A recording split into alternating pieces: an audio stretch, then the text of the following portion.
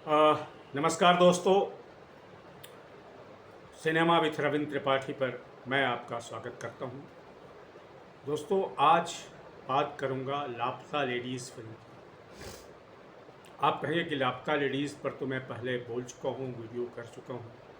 वैसे मैं उस पर एक लेख भी लंबा लिख चुका हूं। तो फिर मैं लापता लेडीज़ की बात क्यों कर रहा हूं?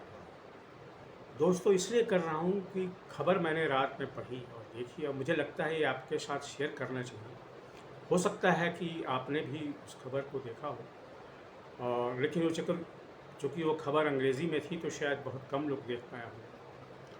तो मैं उसकी चर्चा कर रहा हूँ और चर्चा ये है और खबर ये है, दरअसल खबर ये है कि सुप्रीम कोर्ट में लापता लेडीज़ फिल्म सामूहिक रूप से दिखाई जाएगी।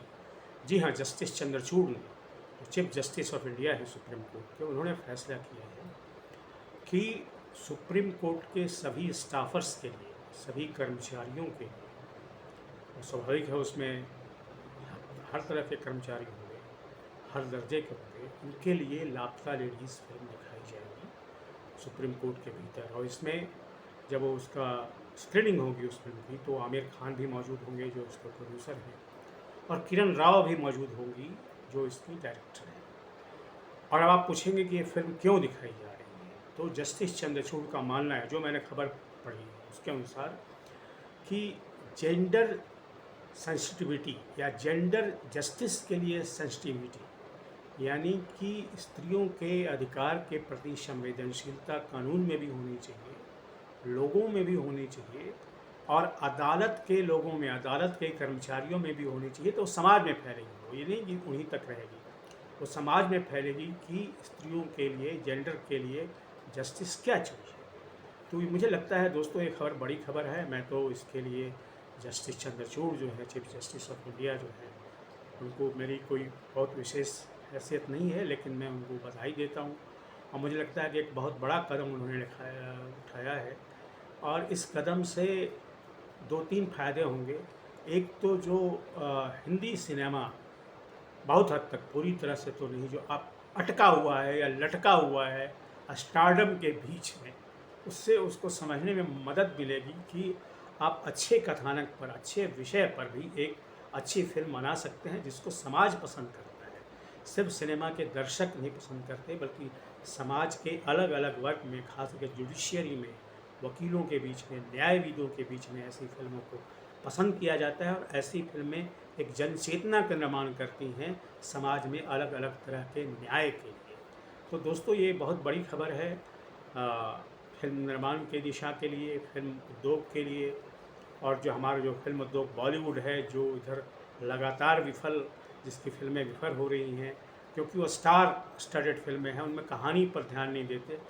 कहानी मार धाड़ भरी इतनी एक्शन फिल्में भी होती हैं। हालांकि मैं एक्शन फिल्मों का विरोधी नहीं हूँ, मैं मानता हूँ कि एक्शन फिल्में भी होनी चाहिए, हर तरह की फिल्में होनी चाहिए, लेकिन सोशल जस्टिस की फिल्में भी, या अलग तरह के जिसको जेंडर जस्टिस की फिल्में भी समाज में आनी चाहिए, हर तरह की जस्टिस के प्रति आनी चाहिए। जो कई बार फिल्में आती हैं जो हैंडीकैप्स के लिए भी आती हैं, दिव्यांगों के लिए भी आती हैं, उस तरह की फिल्में आनी भी चाहिए। तो उससे क्या है कि समाज में न्यायिक चेतना बरकरार रहती है। और एक बहुत बड़ा जिसको कहते हैं फैसला किया है।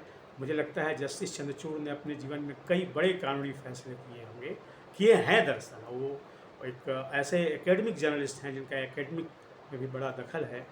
तो लेकिन ये फैसला भी हुआ उनका फिल्म के इतिहास में, भारतीय जो न्याय की चेतना है उसमें बरकरार रहेगा, याद किया जाएगा हमेशा के लिए। तो मैं किरण राव को फिर से बधाई देता हूँ, बहुत अच्छी फिल्म बनाई है। मैं इस पर जाके कह चुका हूँ, एक बार वीडियो कर चुका हूँ, इस पर मैं एक लंबा लेख भी लिख चुका हूँ। मुझे लगता है कि मुझे फिर से एक बार इसके बारे में लिखना चाहिए दोस्तों। और खैर, जब हो जाए और मैं देखूँगा कि क्या उसके बारे में प्रतिक्रियाएँ आई हैं हमारे न्यायिक समाज में, जो जस्टिस कम्युनिटी है उसमें, तो मैं फिर से ज़रूर इस पर एक लेख लिखूँगा, वीडियो करूँगा। पर फिलहाल तो मैं जितनी किरण राव को बधाई देता हूँ, उससे ज़्यादा मैं जस्टिस चंद्रचूड़ को बधाई देता हूँ। और मुझे लगता है कि देश में एक जो सिर्फ कानून के सहारे, यानी कि लीगल जो ओपिनियंस होते हैं, उसके अनुसार जस्टिस नहीं मिलता है।